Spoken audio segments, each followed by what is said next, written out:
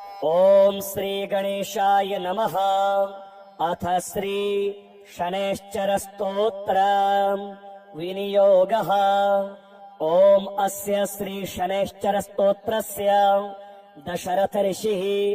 शनैश्चरो देवता त्रिष्टुप् छन्दः शनैश्चर प्रीत्यर्थे जपे विनियोगः। दशरथ उवाच कोणोऽन्तकोराद्रयमोऽथ बभ्रुः कृष्णः शनिः पिङ्गलमन्दसारिः नित्यं स्मृतो यो हरते च पीडाम् तस्मै नमः श्री रविनन्दनाय। सुरासुरः किं पुरुषोरगेन्द्र गन्धर्व विद्या धरपन्नगाश्च पीड्यन्ति सर्वे विषमस्थितेन तस्मै नमः श्री रविनन्दनाय। नरा नरेन्द्राः पशवो मृगेन्द्रा वन्याश्च ये कीटपतङ्गभृङ्गः पीड्यन्ति सर्वे विषमस्थितेन तस्मै नमः श्री रविनन्दनाय। देशाश्च दुर्गाणि वनानि यत्र सेनानिवेशः पुरपत्तनानि पीड्यन्ति सर्वे विषमस्थितेन तस्मै नमः श्री रविनन्दनाय। तिलैर्यवैर्माशगुडान्नदानैर्लोहेन नीलाम्बरदानतो वा प्रीणाति मन्त्रैर्निजवासरे च तस्मै नमः श्री रविनन्दनाय। प्रयागकोले यमुनातटे च सरस्वती पुण्यजले गुहायाम् यो योगिनां ध्यानगतोऽपि सूक्ष्मस्तस्मै नमः श्री रविनन्दनाय। अन्यप्रदेशात् स्वगृहं प्रविष्टस्तदीयवारे स नरः सुखी स्यात् गृहाद् गतो यो न पुनः प्रयाति तस्मै नमः श्री रविनन्दनाय। स्रष्टा स्वयंभूर्भुवनत्रयस्य त्राता हरीशो हरते पिनाकी एकस्त्रिधारी गजुः साममूर्तिस्तस्मै नमः श्री रविनन्दनाय। शन्याष्टकं यः प्रयतः प्रभाते नित्यं सुपुत्रः पशुबान्धवैश्च पठेत्तु सौख्यं भुवि भोगयुक्तः प्राप्नोति निर्वाणपदं तदन्ते। कोणस्थः पिङ्गलो बभ्रो कृष्णो रौद्रोऽन्तको यमः सौरिः शनैश्चरो मन्दः पिप्पलादेन संस्तुतः। एतानि दश नामानि प्रातरुत्थाय यः पठेत् शनैश्चर कृता पीडा न कदाचिद् भविष्यति। श्री शिव महिम्न स्तोत्रम्। महिम्नः पारं ते परम विदुषो यद्य सदृशी स्तुतिर्ब्रह्मादीनामपि तदवसन्नास्त्वयि गिरः। अथावाच्यः सर्वः स्वमति परिणामावधिगृणन् ममाप्येष स्तोत्रे हर निरपवादः परिकरः। अतीतः पन्थानं तव च महिमा वाङ्मनसयोः अतद्व्यावृत्यायं चकितमभिधत्ते श्रुतिरपि। सकसस्तोतव्यः कतिविधगुणः कस्य विषयः पदे त्वरवाचीने पतति न मनः कस्य न वचः। मधुस्फीता वाचः परममृतं निर्मितवतः तव ब्रह्मन् किं वागपि सुरगुरोर्विस्मयपदम् मम त्वेतां वाणीं गुणकथनपुण्येन भवतः पुनामीत्यर्थेऽस्मिन् पुरमथन बुद्धिर्व्यवसिता तवैश्वर्यं यत्तज्जगदुदय रक्षा प्रलयकृत त्रयीवस्तो व्यस्तं त्रिषु गुणभिन्नासु तनुषु अभव्यानामस्मिन् वरदरमणीयामरमणीम् विहन्तुं व्याक्रोशीं विदधत इहेके जडधियः किमिह किं कायः स खलु किमुपायस्त्रिभुवनम् किमाधारो धाता सृजति किमुपादान इति च अतर्केश्वर्ये त्वय्यवनसरदुःस्थो हतधियः कुतर्कोऽयं काश्चिन्मुखरयति मोहाय जगताम् अजन्मानो लोकः किमवयववन्तोऽपि जगताम् अधिष्ठातारं किं भवविधिरनादृत्य भवति अनीशो वा कुर्याद्भुवन जनने कः परिकरो यतो मन्दास्त्वां प्रत्यमरवर संशेरत इमे त्रयी साङ्ख्यं योगः पशुपतिमतं वैष्णवमिति प्रभिन्ने प्रस्थाने परमिदमदः पथ्यमिति च रुचीनां वैचित्र्याद्रजुकुटिल नानापथजुषाम् नृणामेको गम्यस्त्वमसि पयसामर्णव इव महोक्षः खट्वाङ्गं परशुरजिनं भस्मफणिनः कपालं चेतीयत्तव वरद तन्त्रोपकरणम् सुरास्तां तां रिद्धिं दधति तु भवद्भूप्रणिहिताम् न हि स्वात्मा रामं विषयमृगतृष्णा भ्रमयति ध्रुवं कश्चिद्ब्रूते सकलमपरस्त्वं ध्रुवमिति परो द्रव्याद्रव्ये जगति गदति व्यस्तविषये समस्तेऽप्येतस्मिन् पुरमथनतैर्विस्मित इव स्तुवन् जिह्नेमि त्वां न खलु ननु दृष्टा मुखरता त्वात्मानं यत्नाद्यदुपरि विरिञ्चिर्हरिरधः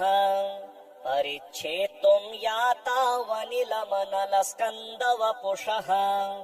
ततो भक्ति श्रद्धा भर गुरुगृणाभ्यां गिरिशयत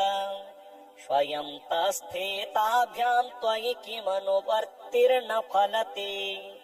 अयतनादापाद्य त्रिभुवनमवैरव्यतिकरम्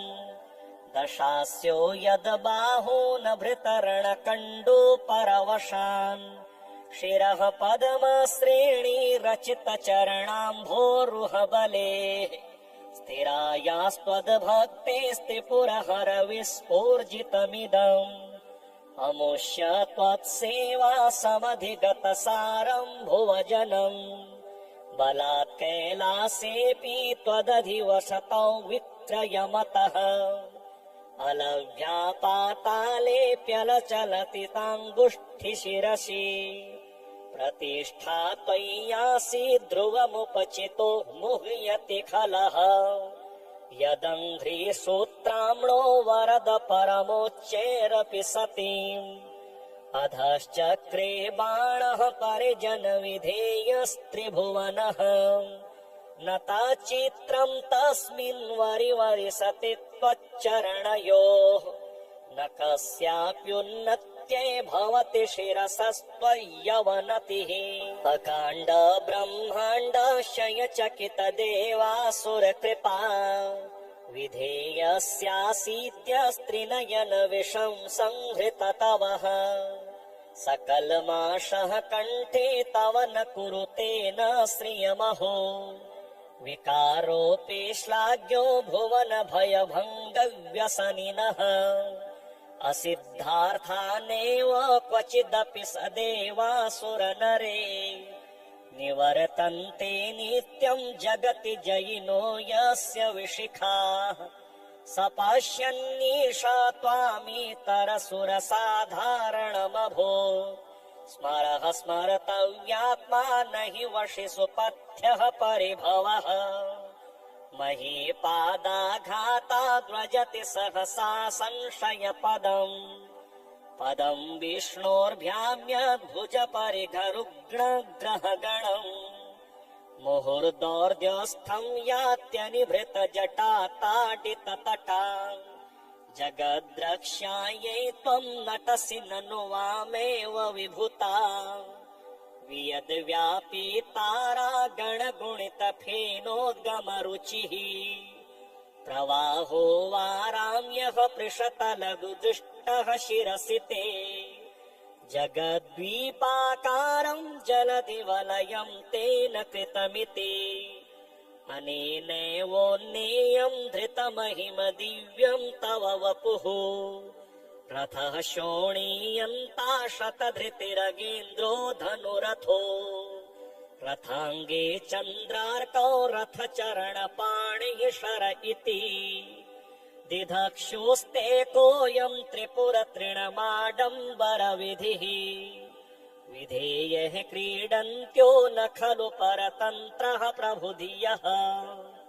हरिस्ते साहस्रम् कमलबलिमाधाय पदयोः यदेको नेतस्मिन् निजमुदहरन्नेत्रकमलम् गतो भक्त्युद्रेकः परिणतिमसौ चक्रवपुषा त्रयाणाम् रक्षायै त्रिपुरहर जागर्ति जगताम् कृतौ सुप्ते जाग्रत्वमसि फलयोगे क्रतुमताम् क्वकर्म प्रध्वस्तम् फलति पुरुषाराधनमृते अतस्त्वाम् सम्प्रेक्ष्य क्रतुषु फलदान प्रतिभुवम् श्रुतौ श्रद्धाम् बद्धा दृढपरिकरः कर्मसु जनः क्रियादक्षो दक्षः क्रतुपरितधीशस्तनुभृताम् ऋषीणामार्वीज्यम् शरणदशः सुरगणाः कृतोभ्रेषस्त्वत्तः क्रतुफलविधान व्यसनिनः ध्रुवम् कर्तुम् श्रद्धा विधुरमविचाराय हि मखा सताम् वर्त्य त्यक्त्वा श्रुतिसमधिगम्यम् सह भुवम् तृणामप्युन्मूल्य स्वजन विषयस्नेहगुणिताम्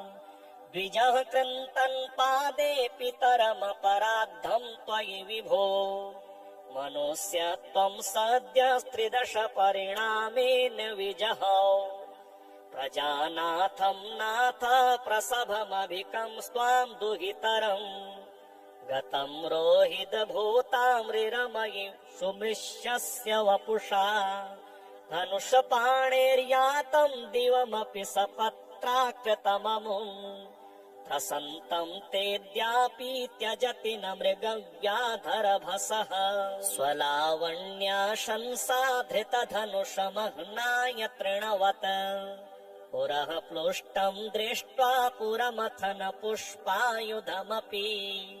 यदि स्त्रैणम् देवी यमनिरतदेहार्धघटना अतेति त्वामद्धा बत वरदमुग्धा युवतयः श्मशानेष्वा क्रीडा स्मरहर पिशाचः सहचराः चिताभस्मालेपः स्रगपिनककोटि परिकरः अमङ्गल्यम् शीलम् तव भवतु नामेवमखिलम् तथापि स्मृतॄणाम् वरद परमम् मङ्गलमसि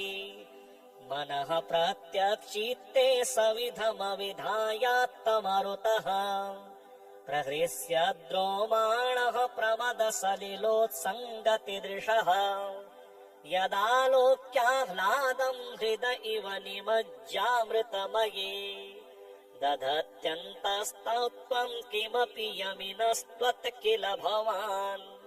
त्वमर्कस्त्वम् सोमस्त्वमसि पवनस्त्वम् हुतवः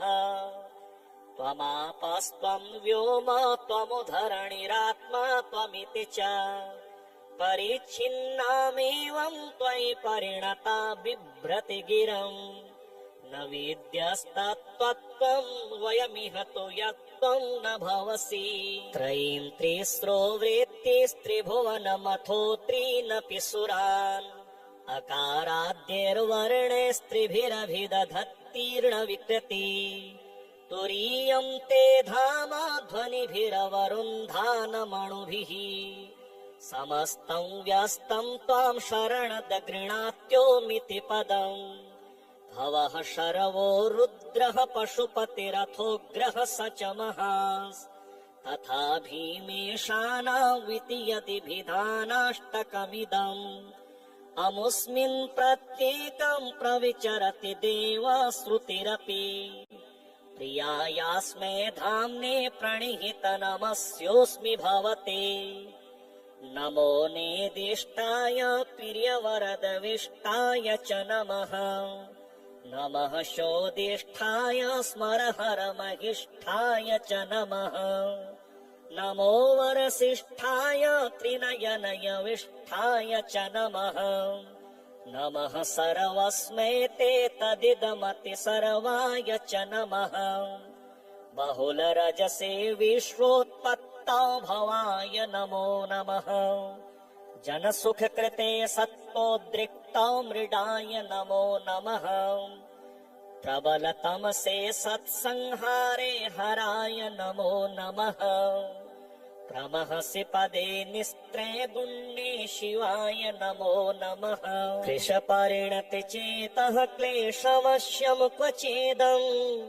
क्व च तव गुणसीमोल्लङ्घिनी शश्वदृद्धिः इति चकितमवन्दीकृत्य मां भक्तिराधात्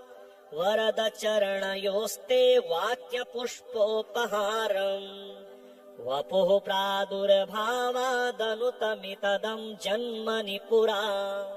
पुरारेण क्वापि क्षणमपि भवन्तं प्रणतवान्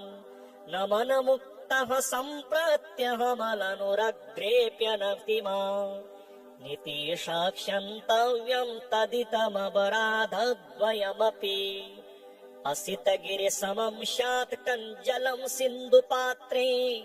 सुरतरुवर्षाखालेखनी पत्रमुरवी यदि लिखति गृहीत्वा शारदा सर्वकालम् तदपि तव गुणानामीश पारं न याति असुरसुरमुनीन्द्रैरर्चितस्येन्दुमौले ग्रथितगुणमहिम्नो निर्गुणस्येश्वरस्य सकलगुणवरिष्ठः पुष्पदन्ताभिधानः रुचिरमलघुवृत्तं स्तोत्रमेतच्चकार अहर हर नवद्यं धूर्जटे स्तोत्रमेतत् पठति परमभक्त्या शुद्धचित्तः पुमान्यः स भवति शिवलोके रुद्रतुल्यस्तथात्र प्रचुरतरधनायुः पुत्रवान् कीर्तिमाश्च महेशान्नापरो देवो महिम्नो नापरा स्तुतिः अघोरान्नापरो मन्त्रो नास्ति तत्त्वं गुरुः परम् महिम्नः पारं ते परमविदुषो यद्य सदृशी स्तुतिर्ब्रह्मादीनामपि तदवसन्नास्त्वयि गिरः अथावाच्यः सर्वः स्वमतिपरिणामावधिगृह्णन् ममाप्येष स्तोत्रे हरनिरपवादः परिकरः अतीतः पन्थानं तव च महिमा वाङ्मनसयोः अतद्व्यावृत्यायं चकितमभिधत्ते श्रुतिरपि सकसस्तोतव्यः कतिविधगुणः कस्य विषयः पदे त्वरवाचीने पतति न मनः कस्य न वचः मधुस्फीता वाचः परममृतं निर्मितवतः तव ब्रह्मन् किं वागपि सुरगुरोर्विस्मयपदम् मम त्वेतां वाणीं गुणकथन पुण्येन भवतः पुनामीत्यर्थेऽस्मिन् पुरमथन बुद्धिर्व्यवसिता तवैश्वर्यं यत् जगदुदय रक्षा प्रलयकृत त्रयीवस्तो व्यस्तं त्रिषु गुणभिन्नासु तनुषु अभव्यानामस्मिन् वरद रमणीयामरमणीम् विहन्तुं व्याक्रोशीं विदधत इहेके जडधियः किमिह किं कायः स खलु किमुपायस्त्रिभुवनम् किमाधारो धाता सृजति किमुपादान इति च अतर्केश्वर्ये त्वय्यवन सरदुस्थो हत धियः कुतर्कोऽयं काश्चिन्मुखरयति मोहाय जगताम् अजन्मानो लोकः किमवयववन्तोऽपि जगताम् अधिष्ठातारं किं भवविधिरनादृत्य भवति अनीशो वा कुर्याद् भुवन जनने कः परिकरो यतो मन्दास्त्वां प्रत्यमरवर संशेरत इमे त्रयी साङ्ख्यं योगः पशुपतिमतं वैष्णवमिति प्रभिन्ने प्रस्थाने परमिदमदः पथ्यमिति च रुचीनां वैचित्र्याद्रजुकुटिल नानापथजुषाम् नृणामेको गम्यस्त्वमसि पयसामर्णव इव महोक्षः खट्वाङ्गं परशुरजिनं भस्मफणिनः कपालं चेतीयत्तव वरद तन्त्रोपकरणम् सुरास्तां ताम्रीद्धिं दधति तु भवद्भूप्रणिहिताम् न हि स्वात्मा रामं विषयमृगतृष्णा भ्रमयति ध्रुवं कश्चिद्ब्रूते सकलमपरस्त्वं ध्रुवमिति परो द्रव्याद्रव्ये जगति गदति व्यस्तविषये समस्तेऽप्येतस्मिन् पुरमथनतैर्विस्मित इव स्तुवन् जिह्नेमि त्वां न खलु ननु दृष्टा मुखरता त्वात्मानं यत्नाद्यदुपरि विरिञ्चिर्हरिरधः परिच्छेत्तुं यातावनिलमनलस्कन्दवपुषः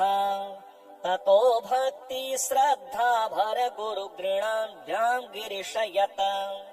स्वयं तस्थेताभ्यां त्वयि किमनुवर्तिर्न फलति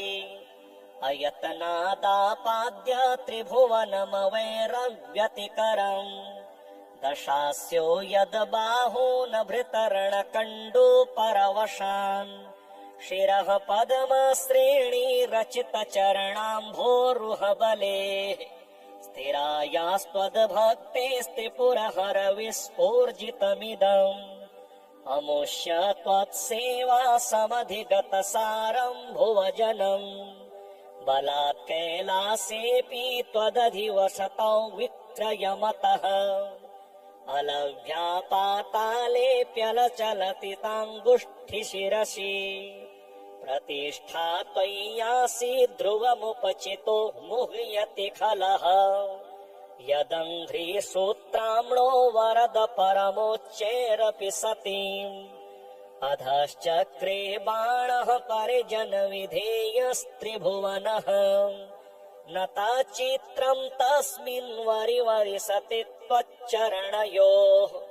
न कस्याप्युन्नत्यै भवति शिरसस्त्वय्यवनतिः अकाण्ड ब्रह्माण्डशयचकित देवासुरकृपा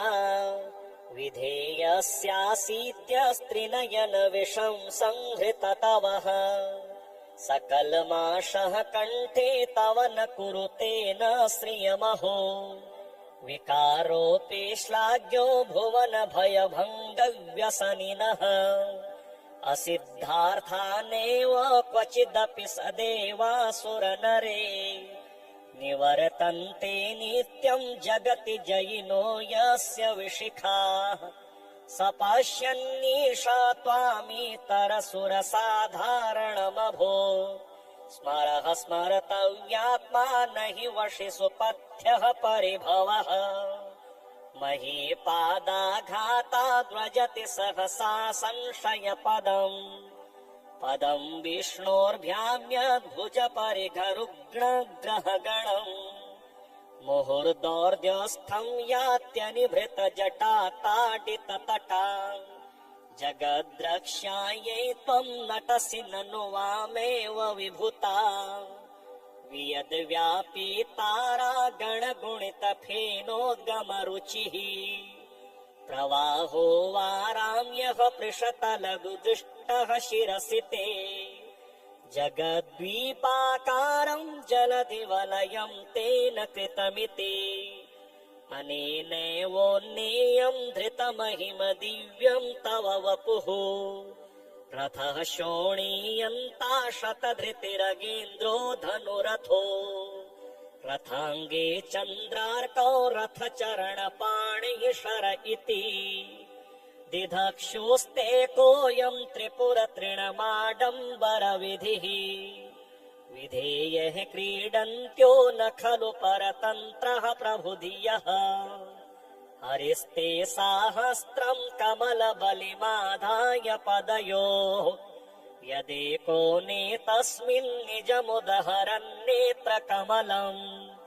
गतो भक्त्युद्रेकः परिणतिमसौ चक्रवपुषा त्रयाणां रक्षायै त्रिपुरहर जागर्ति जगताम् कृतौ सुप्ते जाग्रत्वमसि फलयोगे क्रतुमताम्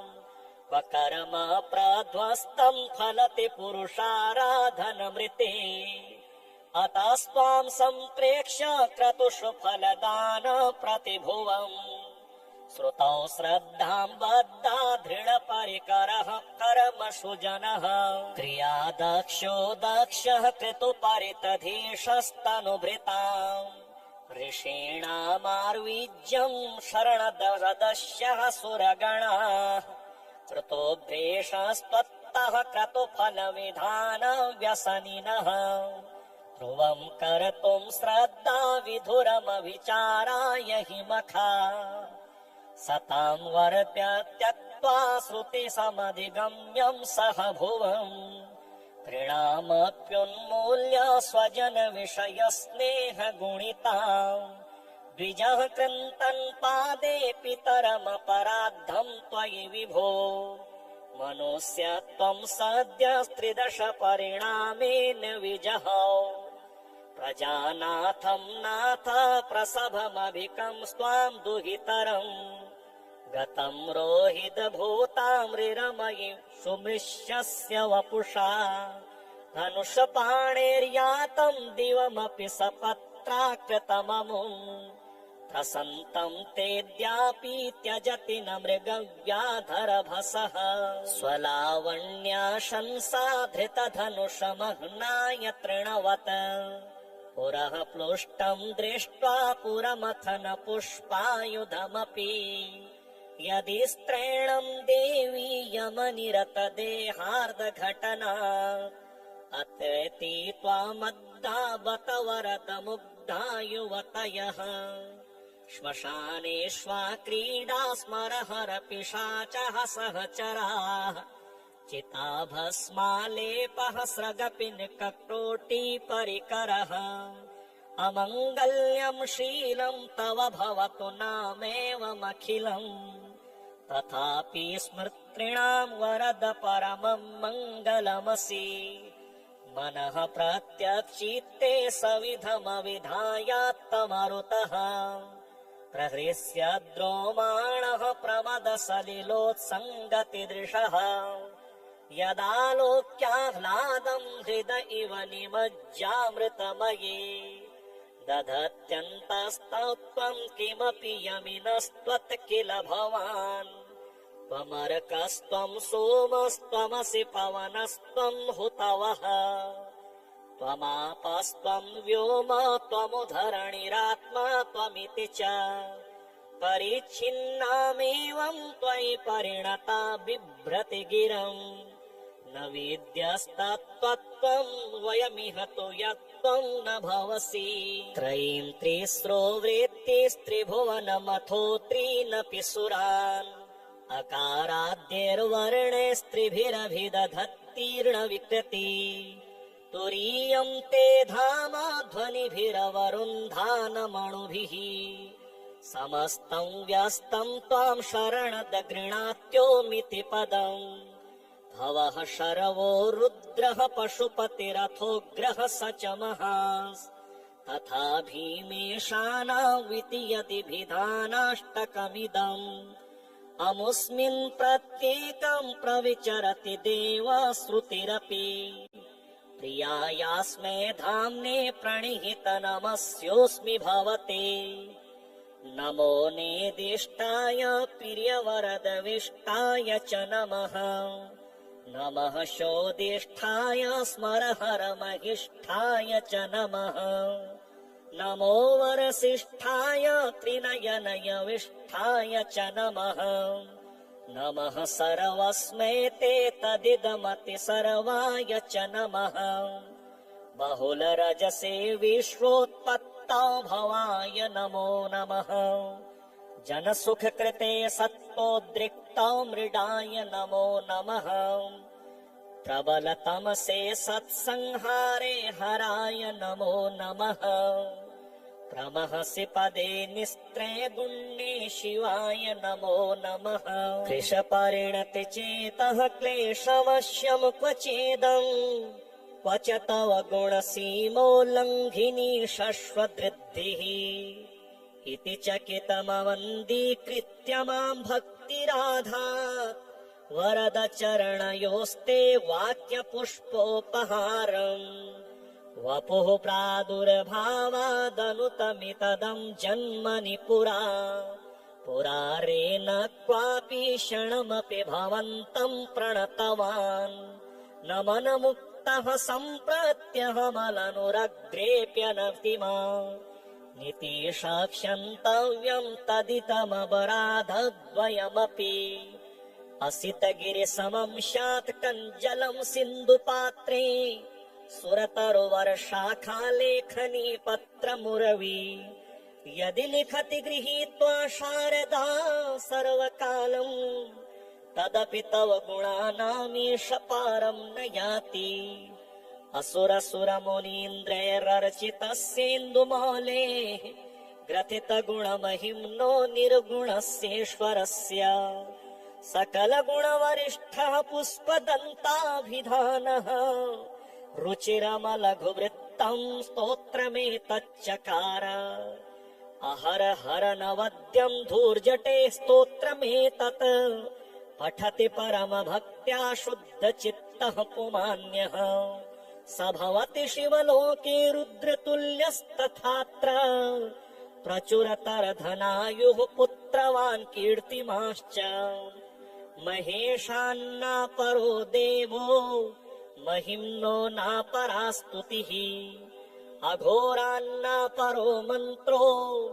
नास्ति तत्त्वं गुरुः परम् देवराज सेव्यमान पावनाघ्रिपङ्कजम् व्यालयज्ञसूत्रमिन्दुशेखरम् कृपाकरम् नारदादियोगी वृन्दवन्दितम् दिगम्बरम् काशिकापुराधिनाथ कालभैरवम् भजे भानुकोटिभास्वरम् भवाब्दितारकम् परम् नीलकण्ठमीप्सितार्थदायकम् त्रिलोचनम् कालकालमम्बुजाक्षमक्षशूलमक्षरम् काशिकापुराधिनाथ कालभैरवम् भजे शूलटङ्कपाशदण्डपाणिमादिकारणम् श्यामकायमादिदेवमक्षरम् निरामयम् भीमविक्रमम् प्रभुम् विचित्रताण्डवप्रियम् काशिकापुराधिनाथ कालभैरवम् भजे भुक्तिमुक्तिदायकम् प्रशस्तचारुविग्रहम् भक्तवत्सलम् स्थितम् समस्तलोकविग्रहम् विनिक्वनम् मनोज्ञहेम किङ्किनीलसत्कटिम् काशिकापुराधिनाथ कालभैरवम् भजे धर्मसेतुपालकम् त्वधर्ममार्गनाशकम् कर्मपाशमोचकम् सुशर्मदायकम् विभुम् स्वर्णवर्णशेषपाश शोभिताङ्गमण्डलम् काशिकापुराधिनाथ कालभैरवं भजे रत्नपादुका प्रभाभिरामपादयुग्मकम् नित्यमिद्वितीयमिष्टदैवतं निरञ्जनम् मृत्युदर्पनाशनं करालद्रंष्ट्रमोक्षणम् काशिकापुराधिनाथ कालभैरवं भजे अट्टहास भिन्न पद्मजाण्डकोश सन्तति दृष्टिपात नष्ट पापजाल मुग्र शासनम् अष्टसिद्धिदायकं कपाल मालिकाधरम् काशिकापुराधिनाथ कालभैरवं भजे भूतसङ्घनायकं विशालकीर्तिदायकं काशीवासलोकपुण्यपापशोधकं विभुम्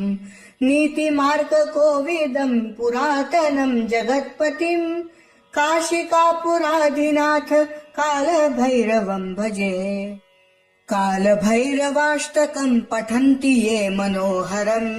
ज्ञानमुक्तिसाधनं विचित्रपुण्यवर्धनम् शोकमोहदैन्यलोभकोपतापनाशनम् प्रयान्ति कालभैरवाङ्घ्रिसन्निधिं नरा ध्रुवम्